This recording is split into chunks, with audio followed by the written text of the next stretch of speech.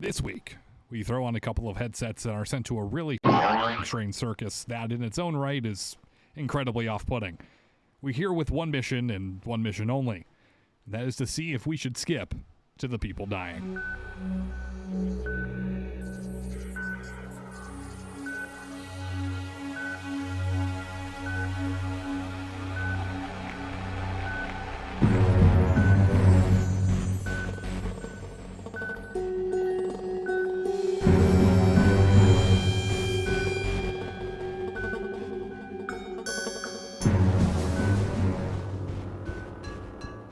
Ladies and gentlemen, welcome back. It's another episode of Should We Skip to the People Dying? Woohoo! Yeah, welcome back, everybody.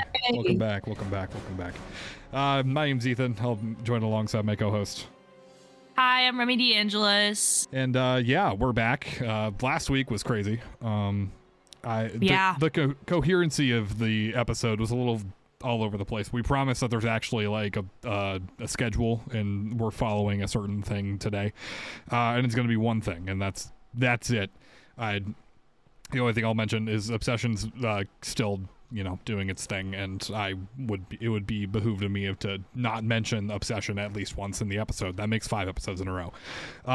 But yeah, so welcome back. I hope you're enjoying the content. If you do, feel free to leave us a review, Spotify, Apple Music, all that stuff. It doesn't really help our egos or anything. It just kind of makes the algorithm think that we're a big podcast, and then people know that we exist, which is super fun and super cool. Okay, it helps our egos a little tiny. Okay, a little bit. We would be lying if we said it didn't help at all. But we do appreciate them. There's a couple of them already, and we appreciate you guys immensely for sticking around and listening, for the handful of I'd say dedicated listeners, one being my father. Hi, Dad. But oh my yeah. gosh, hi, Ethan's dad. He will be listening to this at 3 a.m. on his shift, being bored, I'm sure. But enough of the pleasantries aside, we're going to get right into this thing, because I'm actually very excited about the topic of this episode, because it's been my hyperfixation for as long as the series has been out. If you haven't heard of a show called The Amazing Digital Circus, you're about to learn a lot about it. It's a YouTube indie animated series that follows humans that get stuck into this digital land controlled by an AI named Kane. And it's very good. It's a very good series and saga that is loosely based off of a short story called I Have No Mouth and I Must Scream. It's also been turned into a video game. But I would definitely check it out. Both I Have No Mouth and I Must Scream and The Amazing Digital Circus. They're both incredible pieces of work. Yes. I have not read I Have No Mouth, so I Must Scream. But I have obviously seen the entire series. So, including just yesterday. Literally every single episode yesterday. Yeah, so. I fall asleep watching Digital Circus all the time, and I mean, just to kind of stick on the I Have No Mouth and I Must Scream thing, which is a horror short story. And the whole reason for this debacle right now is how horrorful is The Amazing Digital Circus, and I think that there's a lot to be said about how it is, because it's not jump scare horror. It's really not. It's more of your slow burn psychological kind of. There's a lot of underlying themes that are actually terrifying, like including what we'll touch on later with episode 9 and how the series finale wraps everything up into a pretty little bow. But if you're looking at the comparisons between I Have No Mouth and I Must Scream, it's really just an AI controlling humans. That's the main comparison that you can make. That's the main similarity between the two, and it's the creator Gooseworks has said that is the main inspiration, but it's not a copy paste of the same thing, because the AI in the story doesn't really grow and doesn't really have a character arc. It really just is a benevolent being that is a piece of shit and tortures the humans that are in it. But other than that, I mean, I think we should just start from the very beginning of episode 1. We see Pomni appear in the circus. She put on the headset exploring C&A. And then that in of itself is a terrifying thought that, you're getting put into this world that, You don't know you don't remember your name. You don't remember shit. You're just kind of tossed in there, and you see a bunch of people that look really fucking strange, staring back at you, and then there's this giant mouth with 2 eyes, and trying to explain Kane, who is my favorite character, by the way, is very unique because he's just like a set of those like toy teeth that like chatter and stuff. You wind them up and they chatter, but then there's eyes in the middle of it, and he's a whole like goofy little host guy. Okay, so you know how I have that fear of the Muppets because I'm afraid they're going to eat me? Yes. Kane also fits into that little subcategory of things I think would eat me. See, I'm not surprised. Considering that in episode 7, Jax does stick his hand into Kane's mouth to try and find the key. Yeah. So I don't know how well it would go when Kane tried to eat somebody, but, it's definitely a possibility. Don't get me wrong. I adore Kane. I love him. But he also just gives me the creeps. I feel like it's intentional, though. I mean, especially with, his kind of demeanor. He's so happy-go-lucky for 3/4 of the show, and you're so right. Obviously, we get to like episode 7 and 8, and he starts to crash out and the whole thing. Oh my gosh! And his song. Oh, his song is so good. I love his song. The voice actor for Kane always slips my mind. I'm gonna look it up right now. Alex Rochan. I'm not sure how to say his name. He's from Toronto. He is incredible. I mean, like, flowers to him because he is absolutely insane. I love him so much. I love all the voice actors for Digital Circus. They're all so good, especially Lizzie Freeman and Michael Kovac. I mean, they're both incredible, and that's just 3 of them out of the entirety of the cast that, I mean, all of them deserve their flowers. They all played such amazing characters and did such an amazing job. But I mean, when you're looking, and then, episode 1 is kind of the start, and obviously, and then there's 8 more episodes after that, and they all have underlying themes of, there's a lot of mental health that goes on. There's a lot of just like existential dread that goes on in a lot of it. And as the story goes on, you get these character arcs, and people, start to deal with their own mental illnesses. And I mean, I feel like there's only one true episode that really has horror elements in it, and that's the Mildenhall Manor episode. Yeah, episode 3, where they all go. That angel thing? Yes, the angel thing was fucking terrifying. That thing was so scary. Like, talk about being scared of Kane. That thing was scary. That thing will eat you. Yeah, no question. You're right. No ifs, ands, or buts about it. It will eat you. You're right. He's up there with Pepe the King Prawn. Both of those would eat me. Pepe the King Prawn. That's so it's funny. Bad. It's my bad. God. We're gonna have to have a special episode about the Muppets, and it's just gonna be talking about how Remy is terrified of the Muppets. Katie has to be there for that one. Katie does have to be there for that one. Shout out, Katie, if you're listening. Hi. God, we love you. And we will also be showing you Digital Circus eventually once you're back from LA and yes, all that stuff. But yeah, but on top of the obvious horror elements that are in Mildenhall Manor, there's also just the battle of Pomni trying to accept the circus and how it's real for her and all that stuff. And we see the first glimpse of Kinger being pseudo sane. Kinger, fucking love Kinger too. I love Kinger. But there's that, and then in episodes 4 and 6 we see different crash outs from 2 different characters. Gangle has her crash out in episode 4. I love Gangle with the mask that she receives from Zubul, and then episode 6 is the first Jax crash out that we see, but there have been multiple Jax crash outs in the series technically, but we don't see them in a linear aspect. We see them as the story progresses, and then we find out about Ribbit later, and how Jax kind of crashed out on her too, and then Ribbit abstracted and this whole thing. And then his crash out when Kaufmo died, or abstracted. Yes, which is very brief in episode 9, that Jax has his brief crash out before the crash out with Pomni, and at the end of episode 6, they all get guns. But I mean, like, Because when don't they? yeah, Sorry. right. I love that episode because then it set up the Fortnite collab that they did, which I did buy the bundle. I do have Jax and Pomni and the Zooble pickaxe. This is and the all that second stuff. episode we've talked about Fortnite.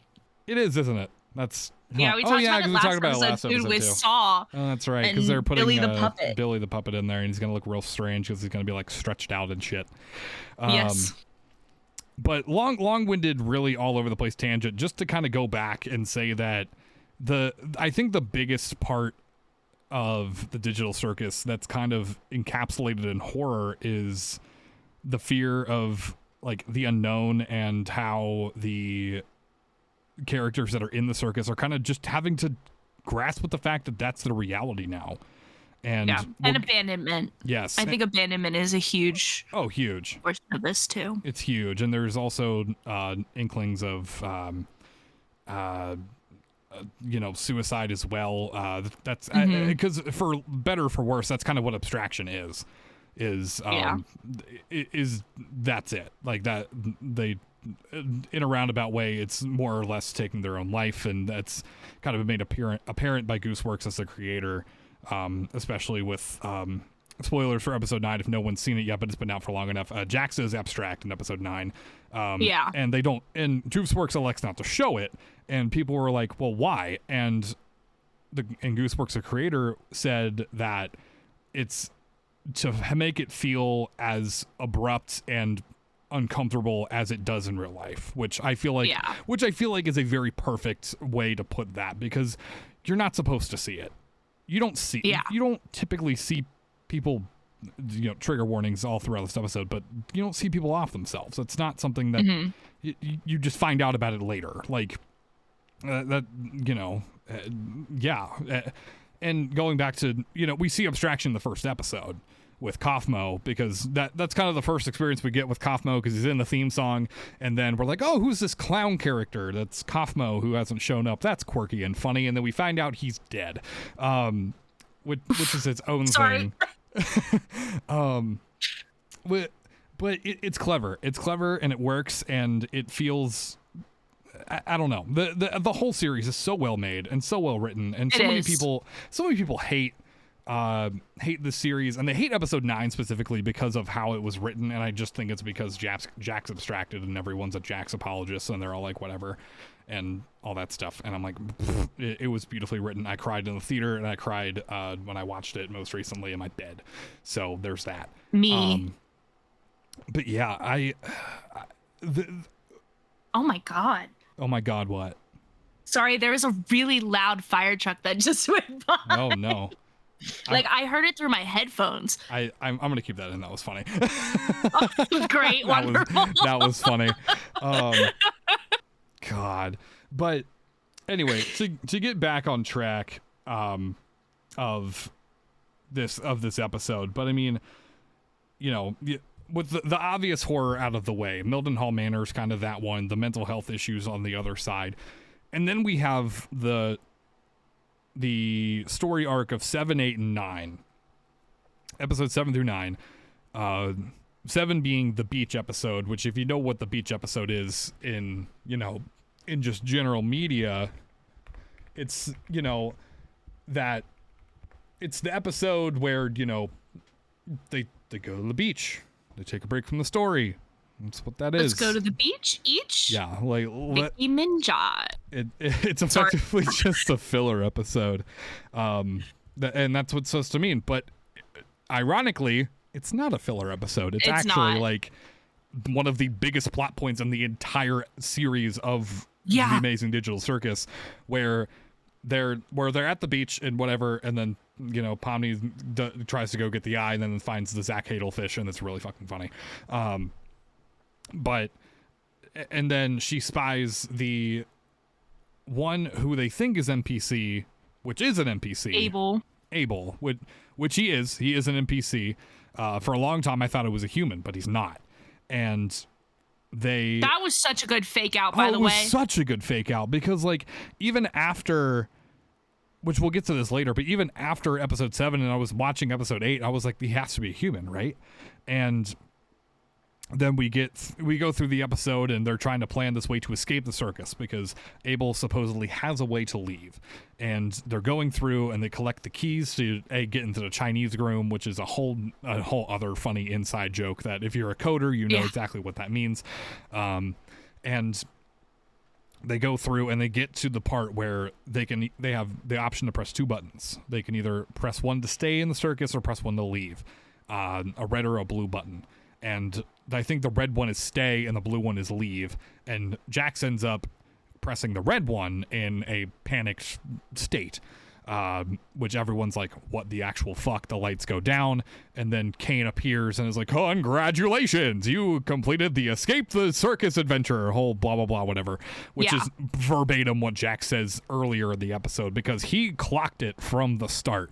Jax knew it. He did. He knew that shit, and he had another big crash out where he was like, oh my god, I was right, you're a liar, fuck off, like whole thing. And then that's episode 7 in a very messy nutshell, where they were all hopeful that they were going to leave, and then now they're tossed into a point where they don't know how to leave. They are clueless. They have nothing. And then episode 8 starts, and they're all kind of on the couches in the center of the circus and kind of just discussing things, and it cuts to Kane, where Kane is having this existential crisis of his own as an AI, which in of itself is relatable, very, very honestly. But as Kane goes along, we find out at the beginning of the episode that he actually is 2 different variations of an AI that were being trained at the same time, but the more creative one was locked away, and that's the real Abel. But then the secondary AI was eaten by Abel, and the secondary AI, I believe, in my own theory, was the one that caused the massive crash out that we see at the end of episode 8. I think that's him. Yeah. I think that the original AI was actually the misunderstood one that was just too creative, and the developers at CNA opted to go with a more stable one that evolved into something that wasn't really, which effectively I feel like would be what if ChatGPT became sentient, that would be what it would be. to be honest. And as Kane has his infamous crash out, which is beautifully done, by the way. Oh my gosh. If you would come away from anything in this episode, it's go watch the crash out that Kane had at the beginning of episode 8, because it is absolutely phenomenal, and his voice actor did incredibly well, and it spawned a whole bunch of memes, and they're all very funny. Animation of him growing, like all his limbs are all stretched out.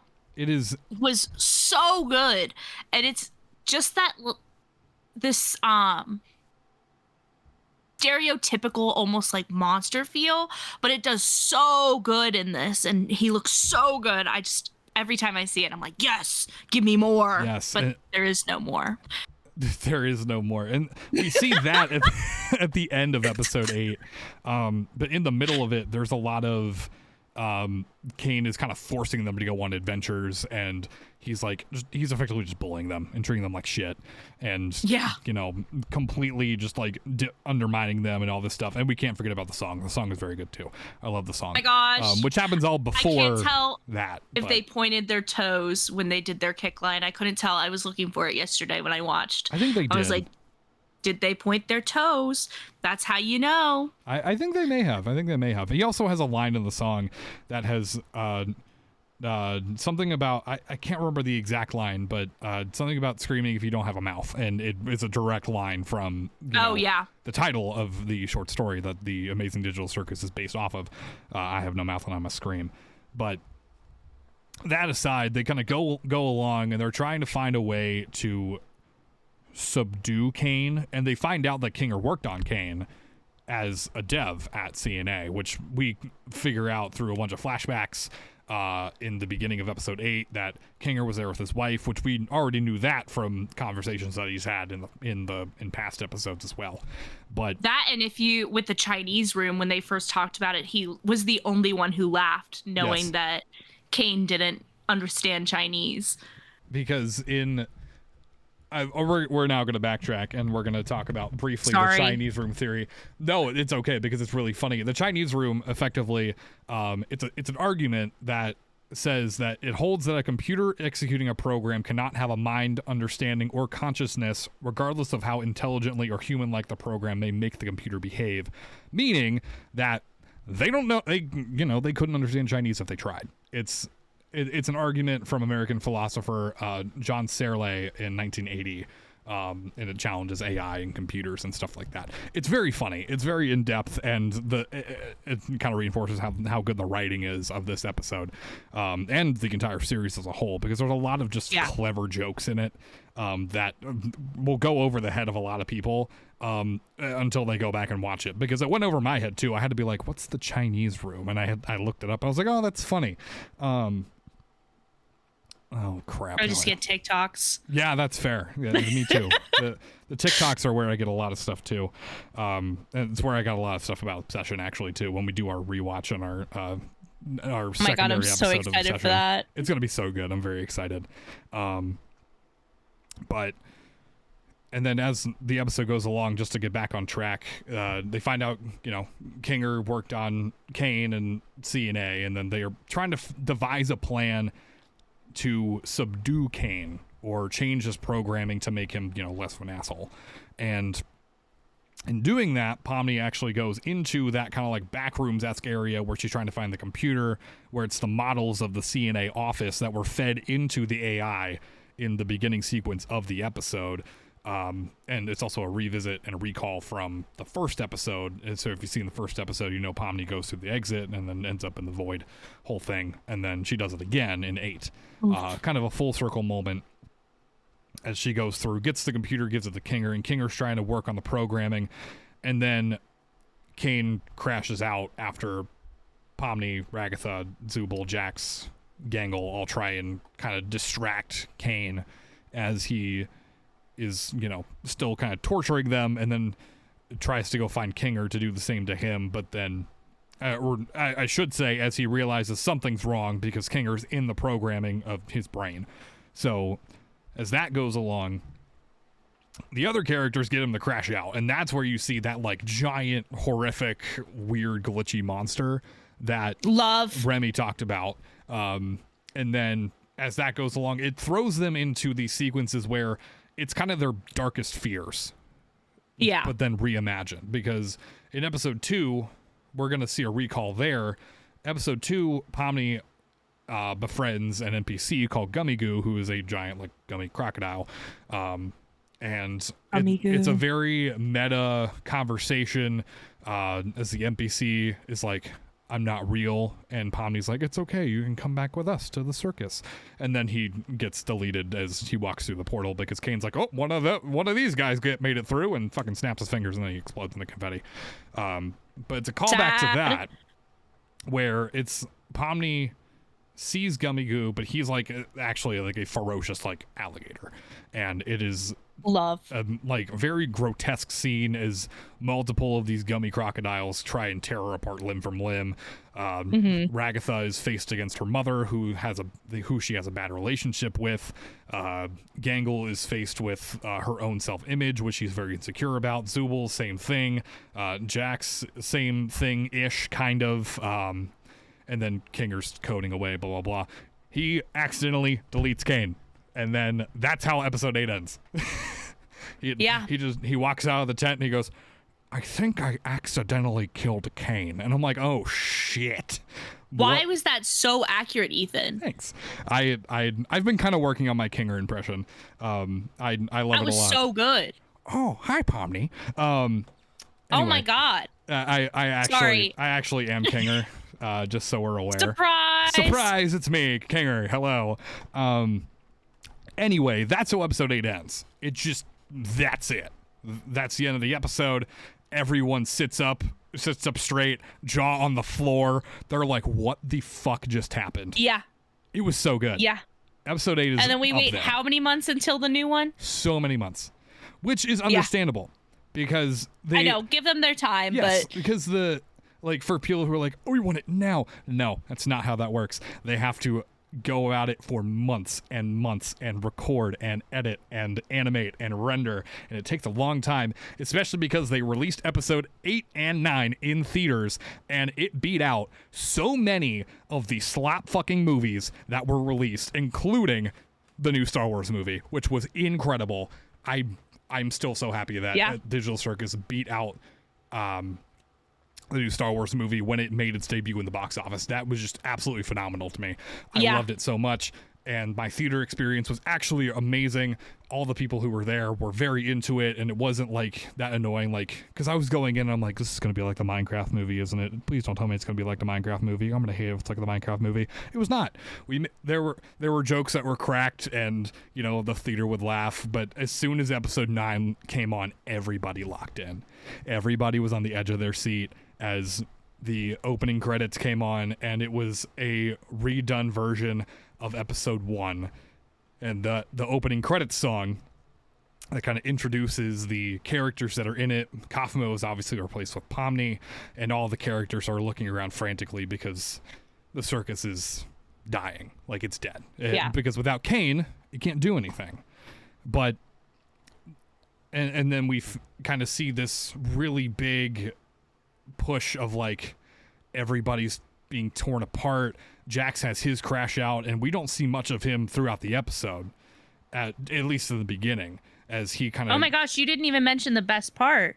When they realize that they're all brain scans, not humans. I was getting there. Because... I'm sorry, I'll shut up. No, it's okay. Because, yes, that was the very underlying part that wasn't said in the beginning of the episode. Jax and Ragatha had this interaction where it was made where after Kinger said he said something about brain scans, and then Jax and Ragatha just knew it, and it was chilling because that's terrifying that you find out that you're not even real. You're not real. You're just a copy of yourself. So you've been suffering through this entire time, and there's no escape. That's it. All you have is the circus now. Yeah. That's the real horror of it. And it's really funny, too, because back to that meta conversation where we're talking about Gummy Goo in episode 2, it's actually 2 data files talking to themselves about what's real and what's not. Yeah. Which is so funny, because Pomni is not real, technically speaking, and Gummy Goo isn't real, technically speaking. Obviously, Pomni has a real-life version of herself that is still living, and it's fine. But Gummy Goo is, in fact, just an NPC that was created with AI-generated data files and stuff like that. And let's be so clear, this is the only AI I support. The fake AI that isn't actually AI. Amen. We love Kane. Amen. We do not accept Kane slander here. We love Kane. He's great. Love that man so much. You're so right. You're so right. I want to cosplay Kane so much. I think it would be very fun. Anyway. That'd be good.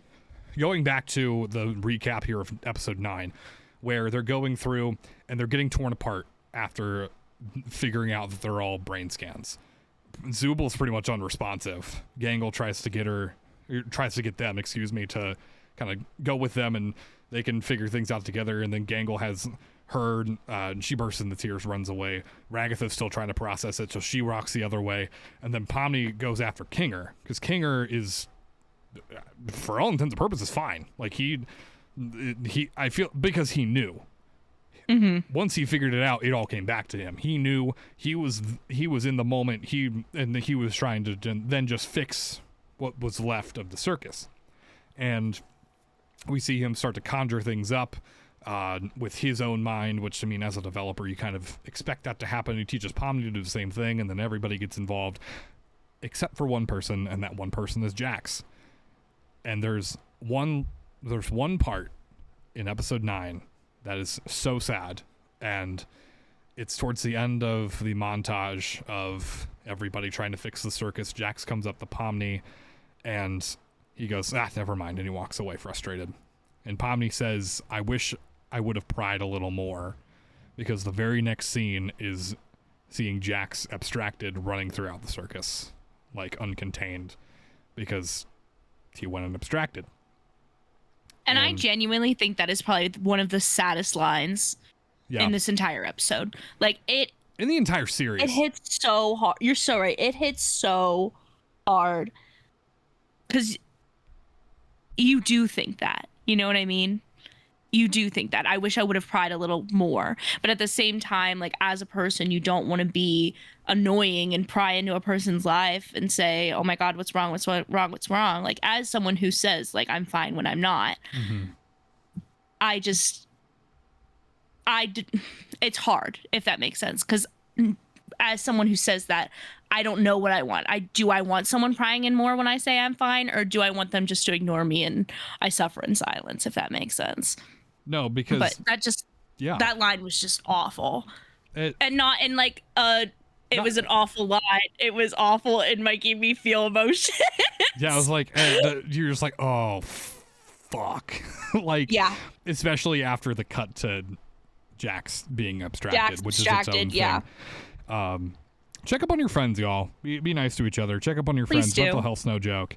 But and then the episode goes on, and there's this big closure moment with Jax and Pomni, because Pomni goes inside pretty much the subconscious of Jax, and sees scenarios for if each of the other characters abstracted, how Jax would react. The locked door is Pomni's door. If no one clocked that, the locked door is Pomni's door, and no one knows. And then it kind of goes through that, and then there's this whole touching sequence with Jax and Pomni. I'm doing none of this justice, by the way. This is really just a quick recap of the episode with all the bullet points that I can think of. And they have this big emotional moment, and then Stevie Wonder's song plays as it's a montage of Jax as the abstraction is finalized. Not finalized, but like, you know, the audience accepts that the abstraction of Jax is what this is, and then Pomni gets pulled out of the abstracted Jax by Zubul, and then they kind of just take care of the abstraction and set up a tent for him and everything. And it's super sweet and super endearing because everybody comes back, and even though Jax is kind of not really the antagonist, because he's not. I don't think there's really a true antagonist in the show, but for all intents and purposes, Jax really kind of was that antagonist where he was just kind of an asshole, and that was his character, and he was very well-written. And that was his coping mechanism. Yes, exactly that. But he was also a very well-written asshole. Like, yes. Because he was trying to deal with his trauma and trying to deal with all sorts of other stuff. So that was how he projected. And the people that don't like Jax as a character, I think, are those who are like Jax personality-wise. I think they just see themselves in Jax and they're like, yes, that's me. I hate that.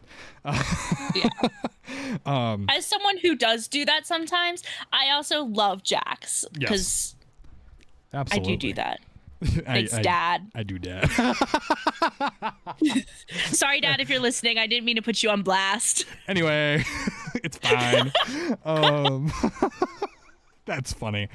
Oh man. But okay, train of thought back in place. We're chugging along back again. I'm so sorry. No, it's okay. I slept absolutely terribly. Oh, it's okay. I'm here for it. It's adding extra flavor to the episode. It's gonna be great. This might just be a one take, to be honest. Like, this might just be a one take. This has been some good shit.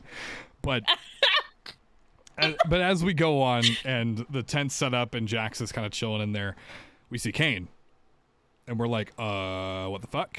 And we come to find Kane actually was just sent to the void. He wasn't actually deleted. Technically, he was kind of, for all intents and purposes, thrown into the recycle bin, but they didn't empty out the recycle bin. So wait, there's literally a theory that the void is the recycle bin on a computer. Did you not see that? No, that's exactly why I said that, because that was my theory too. Like a couple days after episode 8 released, I was like, he's just in the recycle bin, y'all. He's gonna come back, and lo and fucking behold, he was back. They haven't emptied it out yet. Nope, not even a little bit. Speaking of, I don't think I've emptied out my recycling bin on my computer. R.I.P. You might need to do that. Distracted.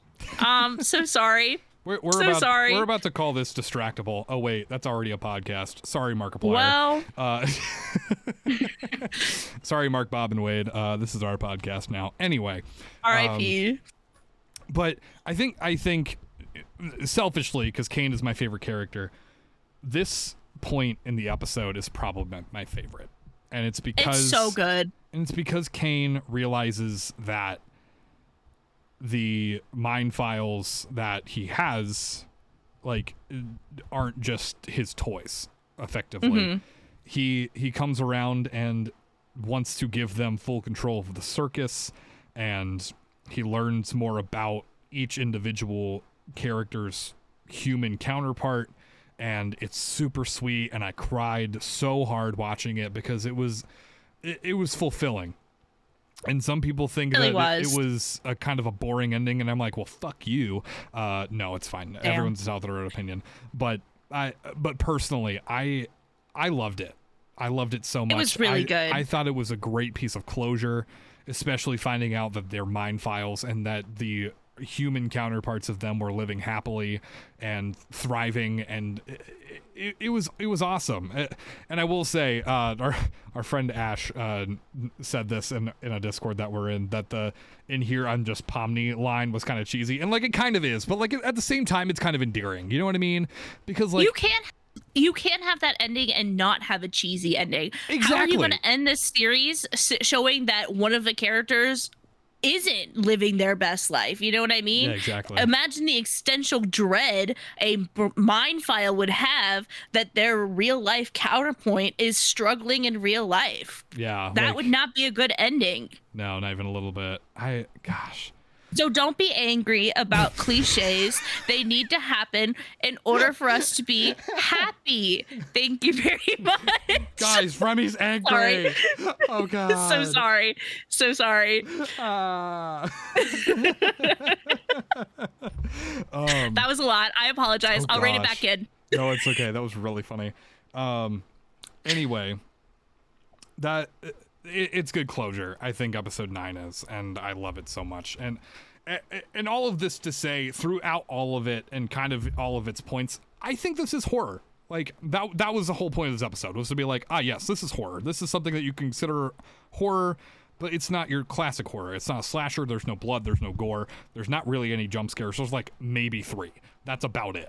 But episode 3, yes. And episode 1. Actually, if you want to consider the when Pomni's kind of searching through doors and the weird red mask the thing screaming. goes, yeah, that guy. That was so scary. It terrified me the first time I watched it. I was like, what the fuck? But no, hatred. I think it is, and I'm gonna miss this show. Yeah. Because there's 2 shows that at the end I cried, and I cried because it was over. One of them was when the finale of Star Wars: The Clone Wars came out during COVID. I remember that very vividly. I remember watching the last episode of after Disney, bought everything and Dave Filoni came back and finished out the series. It was, God, I remember it like it was yesterday. And same with Digital Circus. And there's not many shows that kind of just have that emotional grab on you, I feel like. And that I just don't watch finales because they're sad. Yes, and then they're I can't over and you're do like, it. oh no, it's really bad. I can't do it. My anxiety freaks out every time. It's like, no, it's not over. It's not over. God. So I just don't watch them. I don't think I've seen. Okay, I've rewatched Psych, the show, at least 12 times in my life. I think I've seen the finale once. Fair enough. Psych's a good show. I love Psych. I love that show. Anyway, besides the point, I'm so sorry. I keep distracting people. No, it's okay. But I think, I think it's considered horror. And, I was thinking about this on the car ride back to my house to record this episode today. This podcast is called Should We Skip to the People Dying? And we never really say if we should skip to the people dying or not. You're so right. We never do. We never do that. We're going to start doing that from now on, considering that's the name of the podcast. And my verdict is no, you should not skip to the people dying, because I agree. Yeah, it's very fulfilling. It's very substantial. I love it a lot. And it means so much to a lot of people. And it's one of those indie shows that just feels good. And the end of Kane joining them on all of their little adventures is so cute. Him playing D&D is so cute. I'm like, oh my God. I love it so much. I just like want to pinch his non-existent cheeks. That's me pinching Kane's cheeks. Exactly. And for all those, because obviously there was sort of a love interest kind of thing between Gangle and Zubul. I love them. They do eventually fuck in the post-credits scene of episode 9, and I remember sitting in the theater and we were all watching, we were all vibing out the Digital Days. That's the post-credits, the song, that's what it's called, and that scene comes up and everyone lost their shit. It was so funny. I did not see this. What are you talking about? It's in the end. It's in the credits of episode 9. If you go back and watch the credits of episode 9, because it's the extended one because it's the final one. So it's everybody that worked on it. All I saw was them getting on the bus. What? I went back. You got to go back. You got to go back and find this. Yeah, on YouTube there is none. It's literally only. That's so bizarre. Them getting on the bus. That's so bizarre. We're gonna do this right now as we're recording this episode. But also, I do want to say this too, that the Amazing Digital Circus has some of the best marketing that I have ever fucking seen. Because because the characters just live in the marketing world, and everything that happens in the marketing world is canon. You're so right. And it's so funny. Okay, I did Remy, not click on that. Here's where I need you to go. Yes, sir. I need you to go. I'm on my way. I'm on YouTube. Is that okay? Yes, that is perfectly fine. The timestamp you need to go to is... in episode 9. In episode 9 is 56 minutes, 51 seconds. Go to the very end. 56 minutes. About there. Go to like 56 minutes, 45 seconds and then watch it. Or something like that. Oh, I don't think I watched this. I did, but I was also like doing something, I think. I don't remember what. That's fair, because that's where it is, and you can see it in the end. Did you also see that Bubble was the blue AI that Kane... Oh, I see it now. Yes. Good for them.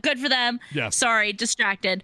Okay. That Bubble was the blue AI that Kane cast out. Yeah, Bubble was the blue AI. That's why. Okay, I thought that was a theory. I didn't think that was real. No, that was I real. love Bubble. Bubble is so me for real. I also love Bubble. Yeah. I just love Kane reacting to Bubble every time. Why are you like this? I ask that all the time. Thank you. It's a beautiful day for a game, right, Bubble? All right. I love it so much. You act like Bubble is not me. No, I Bubble say the is exact same things. Wow, Kane, you are so funny. Could you say it with a little more gusto? That's better. Sorry. Oh, God, it's so good. I love this. I love this series. I know, it's so good. It's amazing, and we cannot endorse it enough. It's if you're going to listen to this podcast and come away with any 2 pieces of media to go and watch, it's the entirety of the Amazing Digital Circus from front to back and Obsession. Which we will be doing a second episode about Obsession once we do the watch of the unrated cut, which I believe is out. I believe is out now. And they're selling the what's it called? The physical copies of it as well. And I plan on going to Walmart and picking up a copy because, yeah. Sorry. I need to shut up. But no, it's okay. That's why you have that's why you have a platform to speak.